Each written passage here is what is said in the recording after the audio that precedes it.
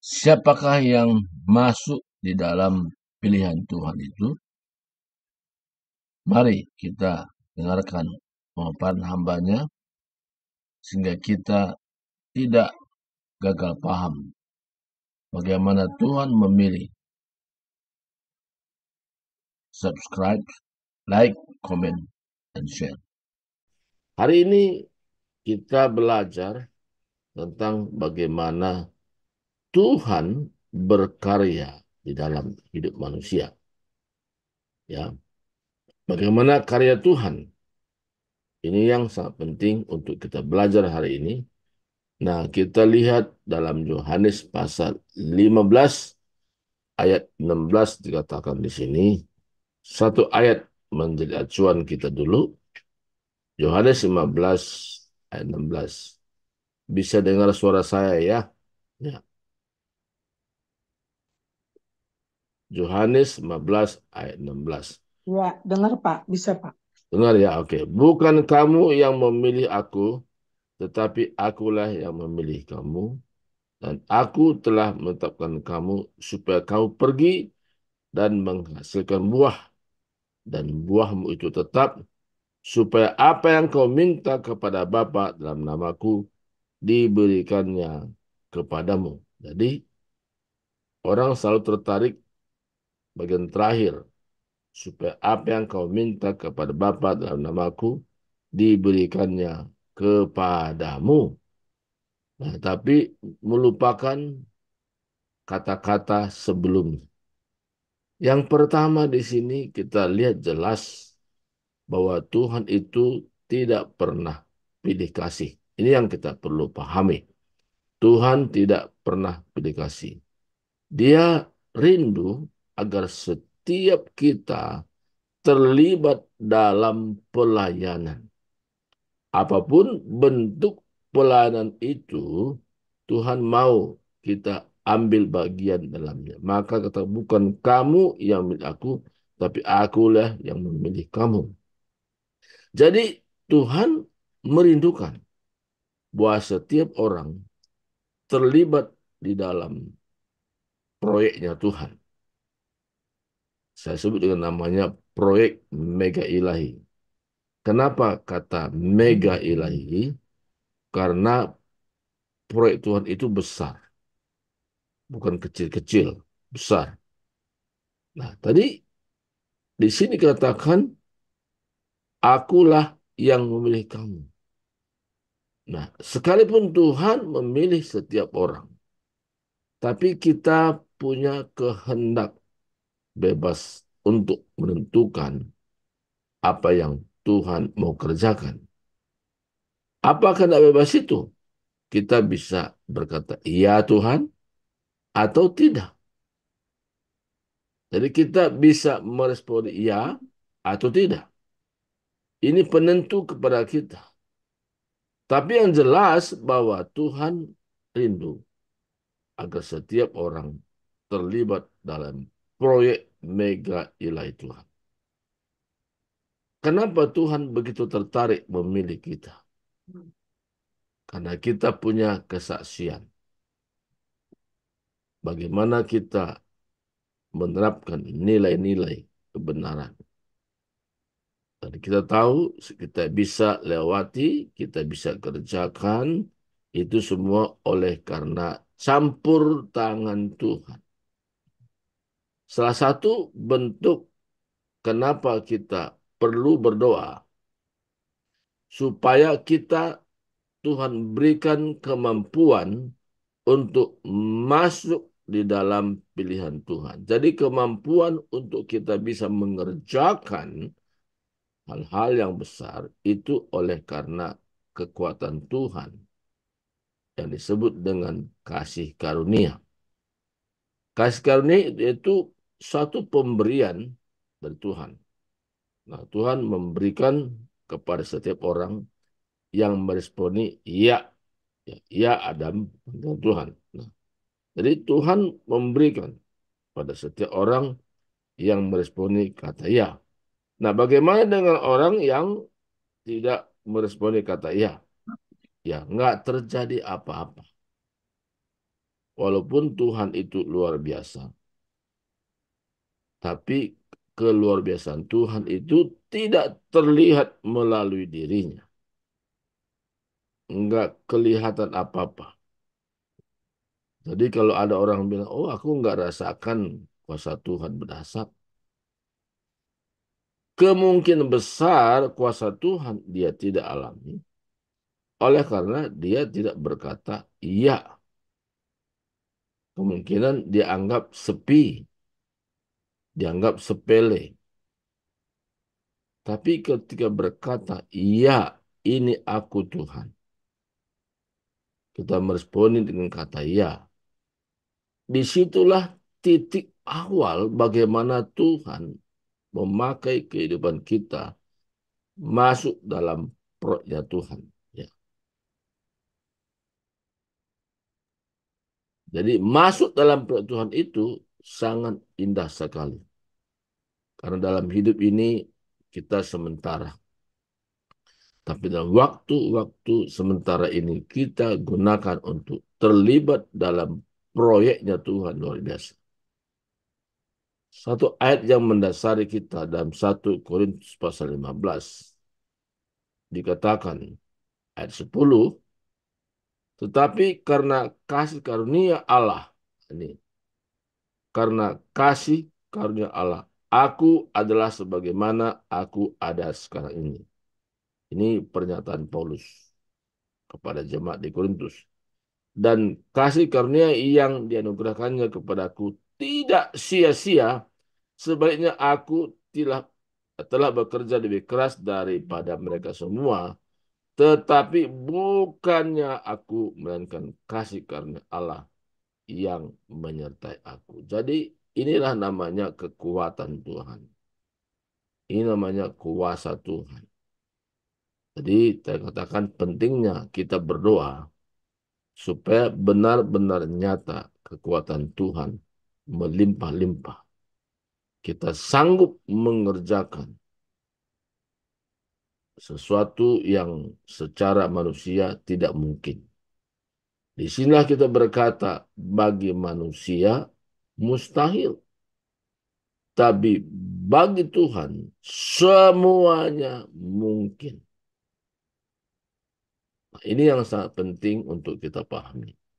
Jadi bukan kamu yang memilih aku, tapi akulah yang memilih kamu supaya kamu pergi dan menghasilkan buah. Nah ini penting kita pahami kata menghasilkan buah ini. Nah, jadi sebelum kita pergi, Tuhan sertai kita dengan kuasa. Kuasa apa di sini? Kuasa dalam pengertian kemampuan-kemampuan tadi, kasih karunia tadi. Karena kasih karunia membuat kita tampil beda dengan orang-orang percaya yang lainnya. Jadi ada dua gambaran orang Kristen.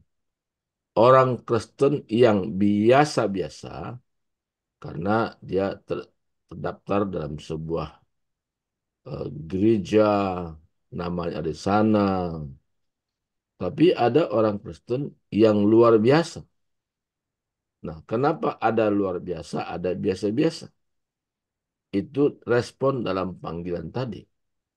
Orang yang luar biasa, dia begitu menanggapi panggilan Tuhan itu dan masuk dalam pilihan Tuhan. Karena dia tahu hidup ini adalah sebuah kesempatan. Nah, kesempatan ini dia serahkan hidupnya kepada Tuhan. Dan dia tahu hidup ini adalah sementara. Tapi dalam waktu-waktu yang singkat ini dia berkata, iya Tuhan, inilah hidupku. Jadi orang Kristen yang luar biasa, orang Kristen yang menanggapi ya atas panggilan Tuhan. Alangkah bahagianya kita kalau kita masuk di dalam panggilan Tuhan dan kita terlibat dalam proyeknya Tuhan. Dan sungguh-sungguh nyata bagaimana penyertaan Tuhan itu. Apa bentuk penyertaan Tuhan kalau kita melayani? Kalau kita melayani orang-orang yang secara rohani dia lemah, lewat kita berteman dengan orang yang lemah dikuatkan. Orang yang lemah dikuatkan. Kalau kita ketemu dengan orang yang tidak mengerti apa arti hidup, pertemanan kita dengan orang itu, dia mengerti apa arti hidup. Dari mana kita bisa membimbing orang tersebut? Oleh karena kasih karunia Allah yang menyertai setiap orang yang menyerahkan hidupnya kepada Tuhan. Jadi seseorang dipakai Tuhan dan tidaknya responnya terhadap panggilan itu dan masuk dalam pilihan Tuhan. Jadi kita dipakai Tuhan dengan dasar bukan karena ada embel-embel gelar, STH, MTH, dan lain-lainnya. Tuhan tidak begitu tertarik dengan embel-embel. Tapi Tuhan tertarik dengan sikap hati kita dan berkata, ini aku Tuhan. Tuhan memilih kita bukan dalam jumlah banyak. Tuhan punya kriteria di mana dua atau tiga orang bersekutu, bersehati, sepakat dalam namaku, dan aku di tengah-tengah mereka. Jadi kriterianya Tuhan hadir, Tuhan menyatakan dirinya ketika kita bersekutu, kita sepakat, dan kita betul-betul satu hati, di sanalah terlihat pemakaian Tuhan yang dasar itu. Jadi satu kebahagiaan yang luar biasa kita bisa katakan kepada teman-teman bagaimana Tuhan memakai setiap pribadi. Ketika kita meresponi, ya Tuhan, ini aku. Jadi respon kita menentukan bagaimana Tuhan berkarya. Karena hidup manusia juga ditentukan oleh pilihannya terhadap panggilan Tuhan. Supaya kamu pergi dan menghasilkan buah. Nah, kenapa kata menghasilkan buah? Artinya suatu pekerjaan yang kita kerjakan bukan sekedar melayani, tapi ada sesuatu yang kita bisa tunjukkan, yaitu buah, artinya jiwa-jiwa yang kita layani. Ada perubahan nilai dalam hidupnya. Dulu dia tidak begitu perhatian dalam pekerjaan Tuhan, tapi melalui kita dia mulai ada perhatian. Dia mulai terlibat dalam proyeknya Tuhan. Jadi banyak pekerjaan-pekerjaan yang bisa dikerjakan dalam proyek Tuhan. Sebagai contoh, kalau kita dalam Zoom The Power of Love ini, mengajak orang untuk gabung saja itu adalah satu bentuk di mana kita sudah ambil bagian dalam proyek Tuhan, yaitu menghasilkan buah, walaupun tidak berhenti di situ.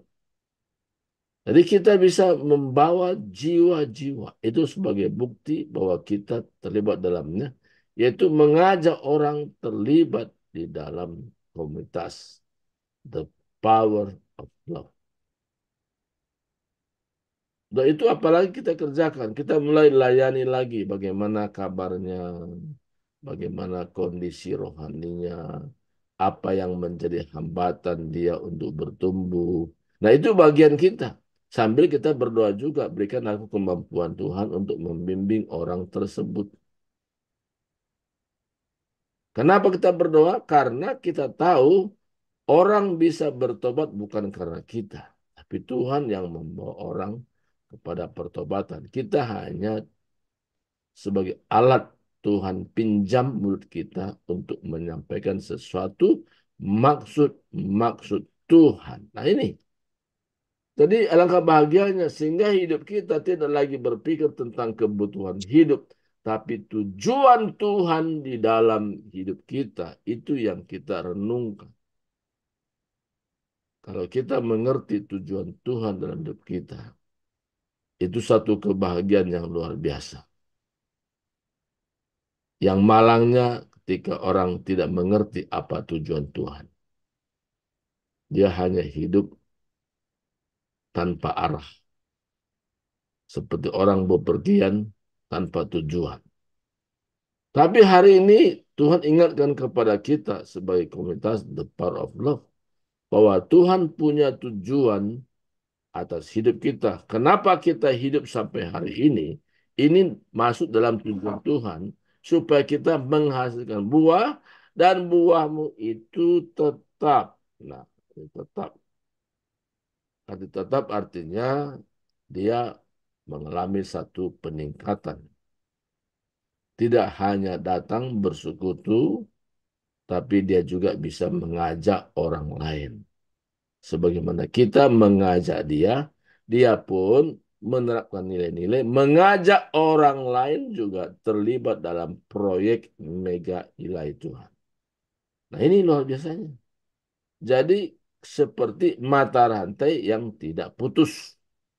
Dia mengerjakan seperti yang kita kerjakan. Dia melakukan seperti yang kita lakukan.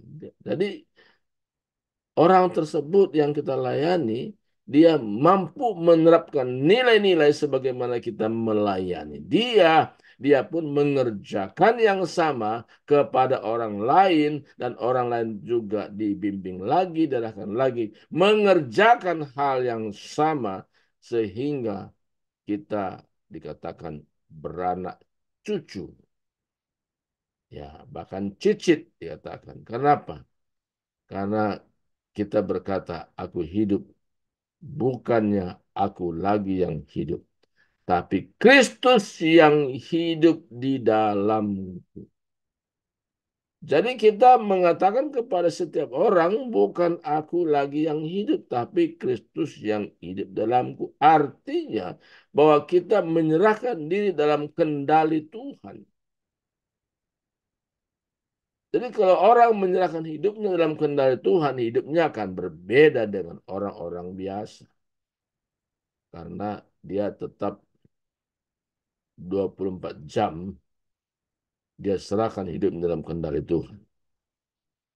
Kalau diserahkan hidupnya kepada Tuhan, apa yang menjadi kebutuhan hidupnya, Tuhan siapkan.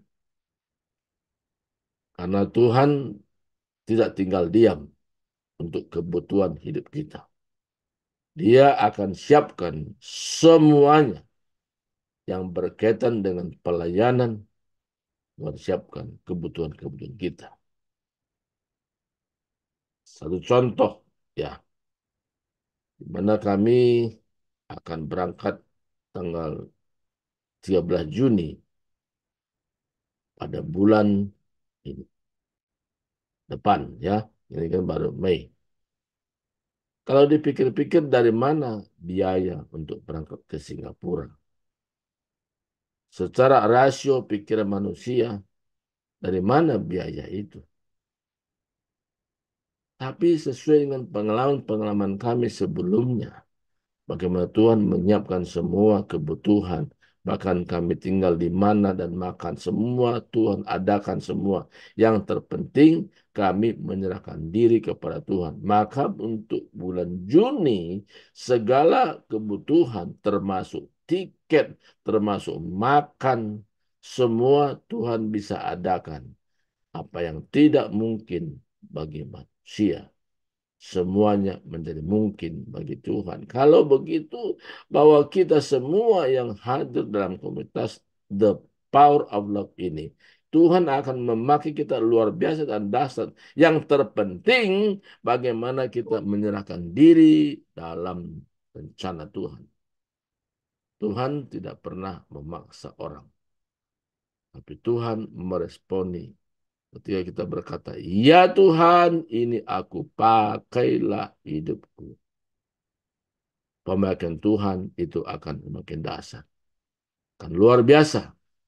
Jadi kita tampil beda, saya katakan tadi, bukan karena embel-embel gelar, tapi penyerahan diri kita kepada Tuhan, ketika meresponi, ya Tuhan, inilah hidupku. Kuserahkan segenap hidupku hanya kepada Tuhan.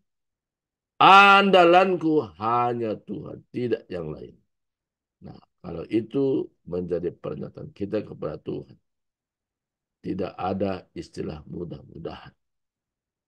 Tuhan bekerja dengan dahsyat. Karena kita tidak berpikir lagi tentang hal duniawi, tapi berpikir tentang rencana Tuhan ke depan, dari sekarang dan sampai selama-lamanya. Dan Tuhan akan memakai kita. Kita bisa bersaksi bagaimana pemakaian Tuhan. Demikian juga kami. Tuhan nyatakan bagaimana Dia dahsyat dan luar biasa melalui kehidupan kami.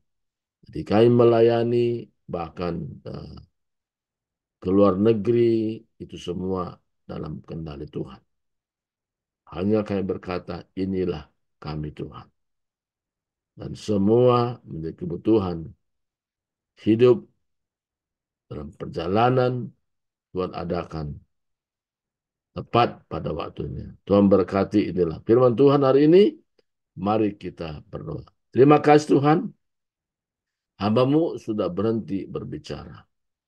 Tapi Roh Kudus menjabarkan ke dalam hati kami secara pribadi lebih dalam lagi, supaya kami mengerti maksud dan rencana Tuhan yang dahsyat, dan kami terlibat dalam proyek mega ilahi Tuhan, sehingga kami tampil beda, tidak sama dengan hanya sebagai orang Kristen biasa.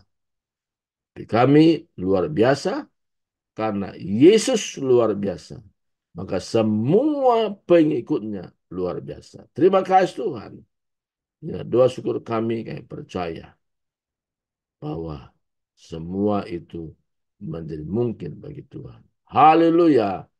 Amin.